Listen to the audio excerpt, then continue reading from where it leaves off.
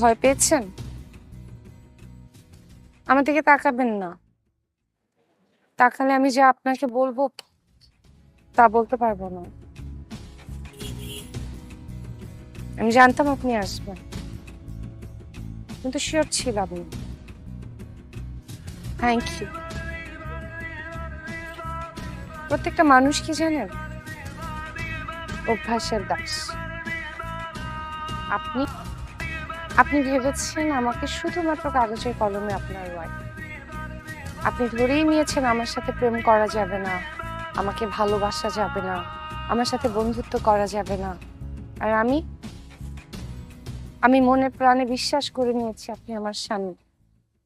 আমার আপনাকেই ভালোবাসতে হবে, আপনার সাথেই থাকতে হবে। আপনি আপনার অভ্যাস মতো এগিয়েছেন, আর আমি ঠিক তার উল্টো।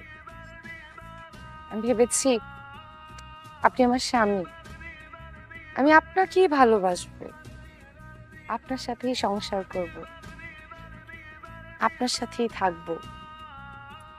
এটা আমার অভ্যাস হয়ে গিয়েছে। সেই অভ্যাসের খাতিরেই আসলে যেতে পারলাম না। আর অভ্যাস স্বীকার করা ভুল না, দোষের কিছু না। কিছু প্রশ্ন করব? আচ্ছা, না তাকালে আমি কিভাবে প্রশ্ন করব?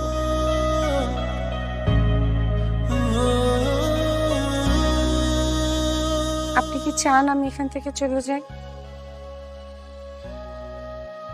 আপনি কি চান আমি এখান থেকে চলে যাই?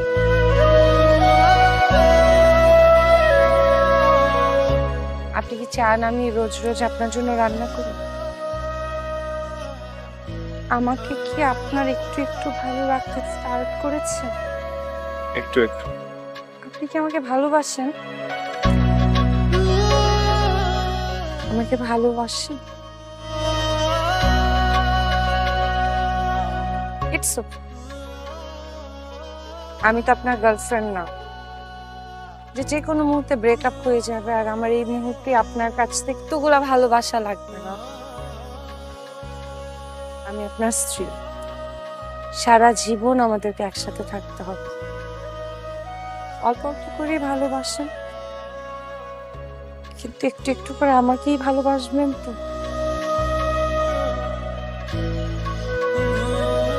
একটা ওয়াদা করবেন?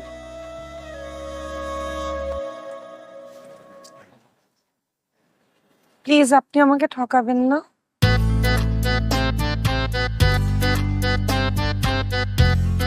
আমিও আপনাকে একটা ওয়াদা করতে চাই। আমি আপনাকে অনেক ভালোবাসবো, অনেক যত্ন নিব আমি আপনার। আমি আপনাকে কাউকে মিস করতে দিব না। আমি এমন সিচুয়েশন তৈরি করব যাতে করে আপনি একসময় আমাকে চিৎকার করে বলেন, মাইশা,